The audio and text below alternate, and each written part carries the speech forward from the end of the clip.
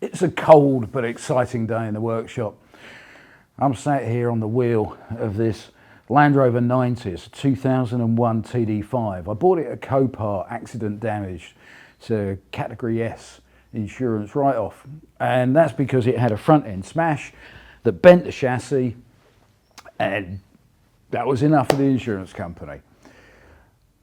We're going to unbolt the body from the chassis, lift the body up, roll the old chassis out from underneath, bring the new one in. We've got a new Marcelin galvanised chassis to go underneath it.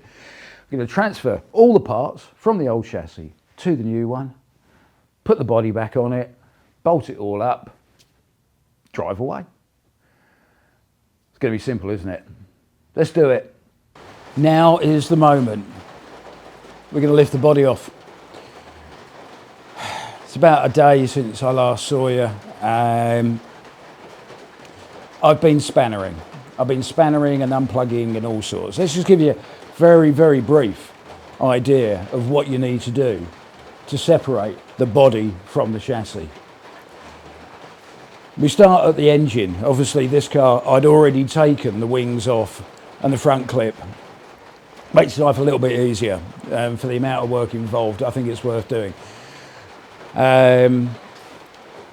Disconnect everything that goes between the bulkhead and the engine. So plumbing and wiring primarily. Disconnect the clutch because you've got a hydraulic pipe between the clutch and the body. Disconnect the brakes on the near side here.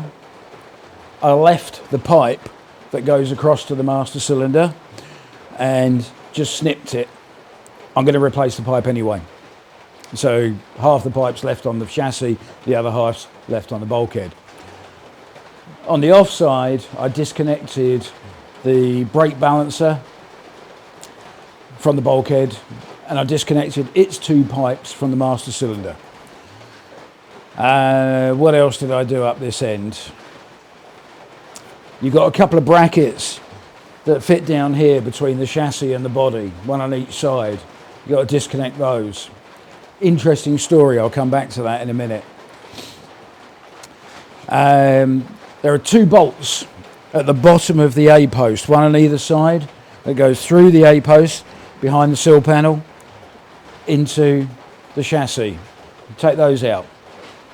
When you're undoing these, you don't need to worry that the body's going to fall off, because it's not. It's sitting on the chassis anyway. All you're doing is removing the fixings between the body and the chassis. So we take the ones off at the bottom of the A-post. Then you need to take the floor panels out completely, and simply because it makes life easier. You know, you can see what you're doing. I took these ones out for multiple reasons. One, so I could see what I was doing. Two, so I could make sure there was nothing under there I wasn't expecting. Three, so I could work from above, not below. Save me crawling underneath the car. Four, all the fixings were already rusty and horrible. So I was going to replace them anyway. I just took the opportunity to take them out while I could have good access to them, and it actually benefited me to do that. There are two bolts where the seat box goes down and touches the chassis. There are two small bolts there. I think they're 10 mils, one on either side of the tunnel. I took the tunnel off as well because it makes it easier when you're lifting it over the gear stick and everything. And again, I want to get in there and check it and make sure everything's fine before it goes back on. I put new fixings in. What else did we do? There are two chassis outriggers. One on either side here is a tube sticking out just down here. And that has a tab sticking out with two bolts through it. Take those out on both sides. Just behind there's a cross member in front of the axle. That has on this one, and I've seen it done differently on different bodies, different lengths of body and different styles of body. From that cross member going forward, there's two little 1-inch L brackets, and they're bolted through the body and into the cross member. Impossible to get to. I'll replace them because I just cut through them with the angle grinder on both sides. Across the back of the car, you've got those 5 tabs. You'll have seen them, you'll recognise them on your car. 5 tabs, 2 bolts each, undo those. Disconnect the fuel filler from the body as well. And I don't think I've forgotten anything except for the one thing that I always forget to do. Look for electrical connections. So there's, handbrake cable. I actually sliced through it because it's seized and I'm going to replace it anyway, so I just took the angle grinder to cut it out. There's a light switch between the handbrake mechanism and the body, so it indicates on the dash. You need to look for the connector in the wire so you can unplug that. You need to disconnect the back lights. Crawl around, there's a panel inside the back on both sides. You take that panel off, all the connectors are behind there, unplug everything, shove it through the hole, tug it out from underneath, make sure they're all disconnected. I think that might be it. When you've done all of that, you then need to work out some way you're actually going to lift the body. And in this case, I'm lucky enough to have a 2-post lift in my workshop. It was my retirement present to myself. I'm retired, by the way. And so I'm lucky enough to be able to lift the body straight off the chassis with luck. I will say I've never done this before and I don't have a manual. So fingers crossed, in fact everything crossed, hopefully it's all going to work out all right.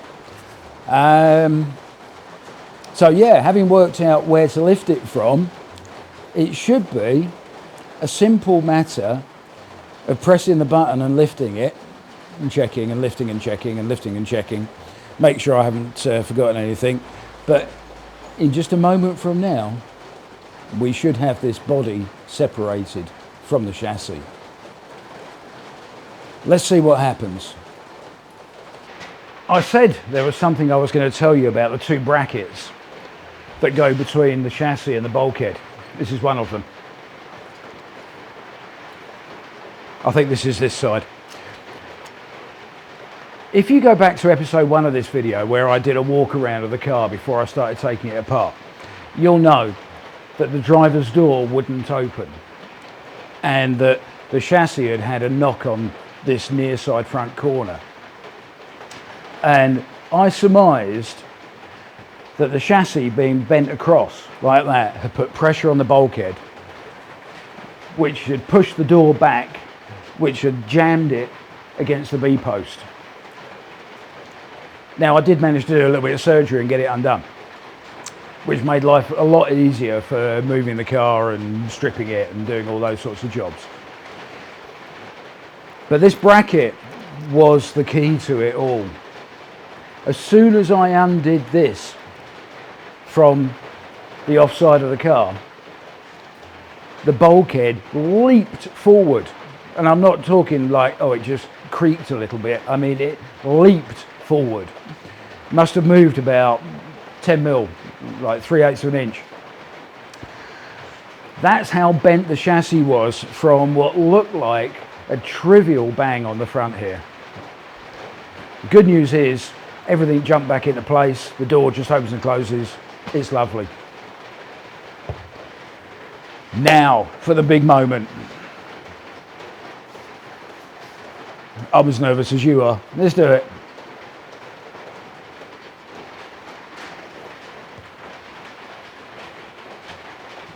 Going up. Check.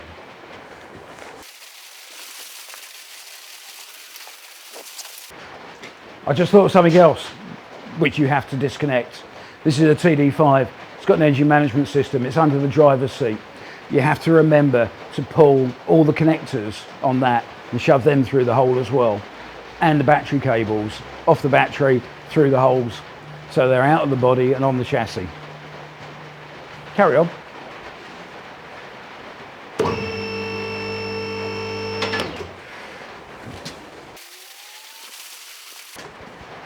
I can see fresh air under it. We're looking good.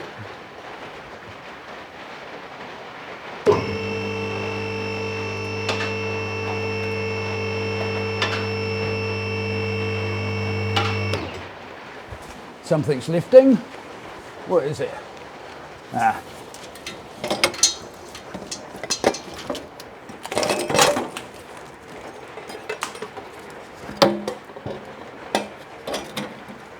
That part of the engine management system.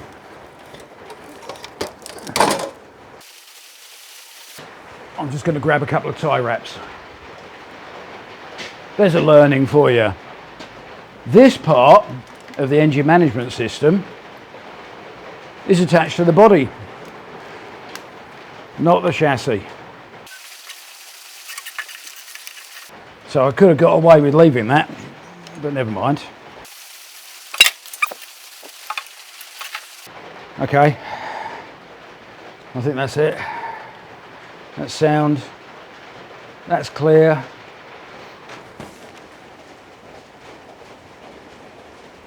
There's nothing connecting the body to the chassis anymore. Going up.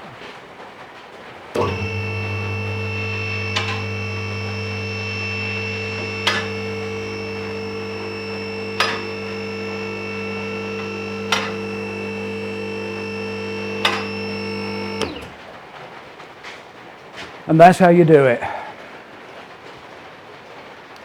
We'll have a walk around it in a minute. Have a look at the chassis properly, shall we?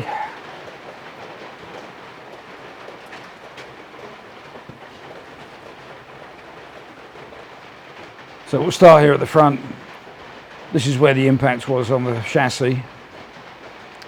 And this is one of the few places where you can actually see real damage to the chassis.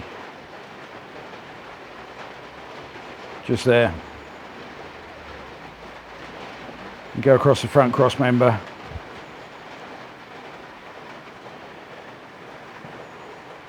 And you get down here. I'm sorry, the lighting's not particularly great, but there really is nothing to see there that would give away the fact that it was bent.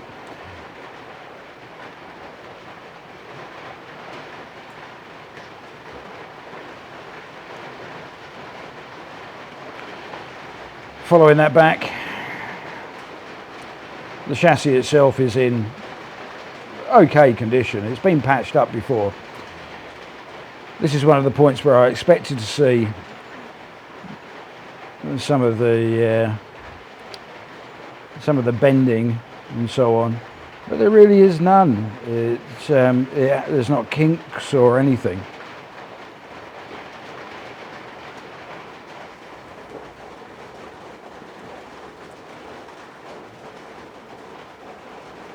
These are those brackets I was telling you about, which caused me to have to saw them off on top of this rear cross member in the chassis. You see that? They go up to the underside of the body, just behind the seat, and there was no way I could get a spanner on them or get the bolts undone. They've been done up for 25 years. They weren't moving. The chassis has been repaired. You can see patches welded to it there and underneath, and that's the same on both sides and down there. Rear cross members in relatively good condition compared to a lot I've seen. There's just a chance it's been replaced at some point, I suppose.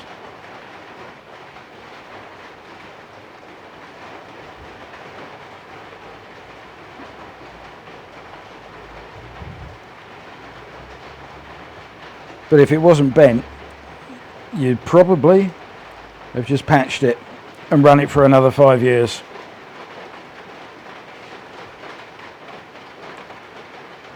And that's quite enough for one day.